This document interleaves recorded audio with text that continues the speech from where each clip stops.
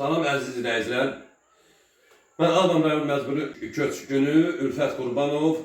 Bərdə rayonunda 866 nömrəli qəsəbədə qalıram. İkinci qrup əliləm və şəhid evladıyam. Mən yenə də buradan Azərbaycan Respublikasının prezidentinə, BİSSA prezidentinə bildirmək istəyirəm ki, biz qalmışıq Emin Əmrullayev, Azərbaycan Respublikasının Elm və Təhsili Naziri Emin Əmrullayev də Qarabağ regionunun rəisi deməli Sənan Mənsimli və onun sağ əlimi, sol əlimi deməli Anar Şəfiyemin əlində.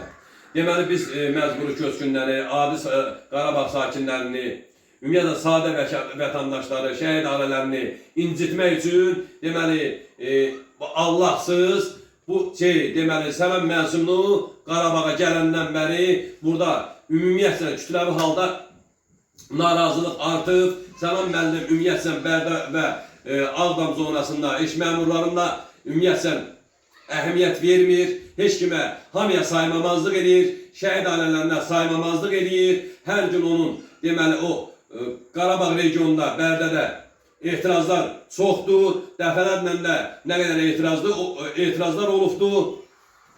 Bunun yəni mən bunu bildirmək istəyirəm ki, Sənan Mənsimli ümumiyyətlə şəhid ailələrinə hörmət qoymur, ümumiyyətlə şəhid ailələrini, adi vətəndaşları incidir. Dəfələrlə Qarabağ əlləri, şəhid ailələri onun qapısında gələndə gülə-gülə, ürək açığından gedib oradan ağlaya-ağlaya çıxanlar var. Yəni o günə qoyub ki, ümumiyyətlə Qarabağ zonasında hər kəsə bu cəllat gəlir. Yəni bunun bir Allahı, buna bir duran deyən yoxdurmu? Bu Emin Əmrullayev hara baxır? Emin Əmrullayev elə cəllatın biri odur. Bu kiçik cəllat da bura qoyub bura, vəkildir, cəllatdır, bilmirik.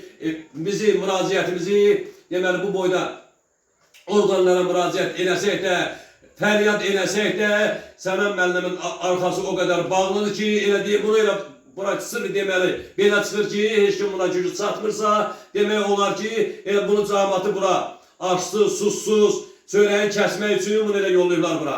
Mən burada yenə də deyirəm, bax, mən şəhid evladıyam, ikinci qrup əliləm, mənim 3 dənə evladım var. Bugünkü gündə mənim əgər çörəyimi kəsirsənsə, mənim problemlərimi həll etmirsənsə, mənim müraciətlərimə baxmırsansa, mən də bir şəhidin evladıyam. Sənin də evladların var. Mən də onu deyə bilərəm ki, Allah sənin evladların da mənim günümə qoysun, yetim olsunlar, böyüsünlər, görsünlər ki, yetimlik nə deməkdir. Bu yetimin də uşaqları var da. İndi mənə deyəcəklər ki, niyə yəni belə söz deyildi? Mən onu deyə bilərəm ki, Sənan müəllim, mən yetim uşaq 8 yaşında atamı itirmişəm, şəhid olun mənim atam. Mən 8 yaşımı zülümlə, zillətlə bizi yeşəldiblər. İndi mən ona görə sağ demək istəyirəm ki, sənin balaların da mənim bizim günümüzə düşsün, onda bilərsiniz ki, bu yetimlik nə deməkdir, ümumiyyətlə bu acı nə deməkdir, bu şəhid nə deməkdir, əlil nə deməkdir, veteran nə deməkdir. Sadə bu millət, bugünkü zamanədə, bugünkü bu ildə vətəndaşlar çörək tapmır yeməyə, nə fəhləlik var, nə bir şey var. Ümumiyyətlə heç bir yerlərdə iş güc yoxdur. Deməli, iştatları gizlədə, yalandan hamı gedir, hamıya bir tütək versiniz ki, gedin, düşün dost mərkəzdə qeydiyyatı alanlar, iştatları ora verilmir. Yalandan ancaq orada kompoz işçiləridir. Bunların hamısını mən araşdırmışam, bunu mən qəşəng bilirəm.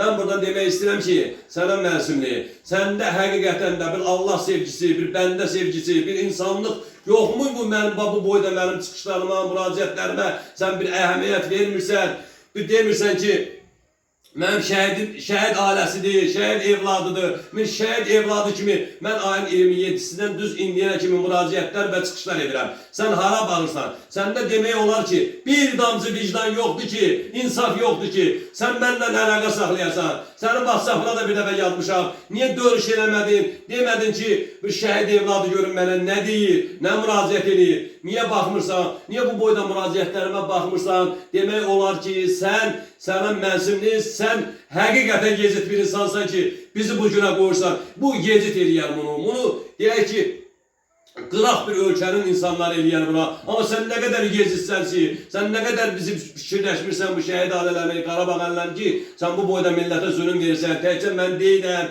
nə qədər insanlar var, bunlara niyə bu qədər zulüm verirsən? İnsanlar bu dəqiqə heç 50 qəpik verməyə şəhərə sıra pul çatdıra bilmir. Sən doğruyu milləti tökürsən belə, şəhid ailələri bu günə qoyursan, zulüm verirsən. Mən də bunu sizə demək istəyirəm ki, Azərbaycan Respublikasının prezidentinə mən demək istəyirəm ki, Sənan Mənsimlinin bizim əlindən al, bu Allahsız, bu kitabsız bizə zulüm verir. Biz hər gün çıxışlar eləsək də heç bir məmur bizimlə maraqlanmır. Yuxarıda oturanlara mən demək istəyirəm, milli məclislərə, Nazirlər Kabinetinə, Sənan müəllim bizə cəllat gəlib bura, Qarabağ zonasına bizə zulüm verirlər. Artıq dərəcədə xahiş edirəm. Sənan Mənsimlini buradan qovun çıxsın, geçsin. Bunu buradan rədd edin, çıxsın, geçsin. Bizə burada bir zulüm verir. Bizim şikayətlərimizə baxmır. Bizlə əlaqə saxlamır. Bizə bir o qədər ağızlarında deyirlər, gelib şəhidlər xiyabanı gəzirlər. 2 manat 80 qəpikli bir qələmfir qoyurlar. Başımız sağ olsun. Ay Sənan müəllim. Gedib. Yalandan orada burada şəhid ailələrindən başımız sağ olsun. Şəhidlərin şəklini də gətirib orada plakatda vurmusan. Güya siz etiram edirsiniz, güya siz şəhid ailələrindən canın yanır. Allah sizin canınızı əlinizdən alsın. Siz bizə zulüm verirsiniz. Sizin də balalarınız bizim bu günlər düşsün. Cənab Prezident, hörmətli Mehriban xanım, xahiş edirəm. Bizi Emin Əmirullayevin və bu Sənan Mənsimovun əlindən alın. Bu nazir burada təhsilimizi zibilə qoyubdu. Sənan müəllim də buradan bizi bu günə qoyubdu. Bunlar ikisi də cəllatdır. Sizdən xahiş edirəm, artıq dərəcədə Cənab Prezident, artıq dərəcədə sizdən xahiş edirəm, bizim onların əlindən alın. Bəlkə bir başqası ora gələ, onların müraciətimizə şikayət edər, demək olar, belə ki, veteran nədir, şəhid nədir, qazi nədir, bəlkə onlar eləyə. Bunlarda insaf yox, bunlar qəddardır, bunlar deyək ki, hansı ölkədən gəlib biz bilmirik, bunlar niyə belə bizə zulüm eləyir? Artıq dərəcədə sizdən xahiş edirəm.